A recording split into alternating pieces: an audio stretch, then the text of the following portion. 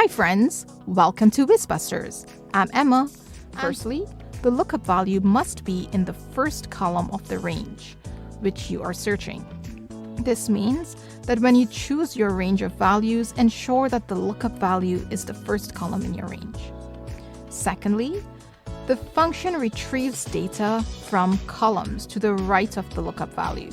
So the way the lookup value works is that it searches to the right of the first column and counts the column number from there to retrieve the value from the corresponding column in the index parameter.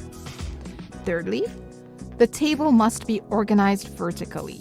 So there are headers at the top of the columns and the values for each column is below the header in the corresponding column. The lookup values are located in one column in a row below the other. Fourthly, the VLOOKUP function returns the value of the first match of the lookup value. In a situation where there are multiple rows in the first column with the same value as the lookup value, the VLOOKUP function will return the corresponding value for the first match it finds. Hope you found this video helpful. Don't forget to hit the subscribe button to get more videos like this and hit the bell to get notifications of the latest videos out. See you in the next video.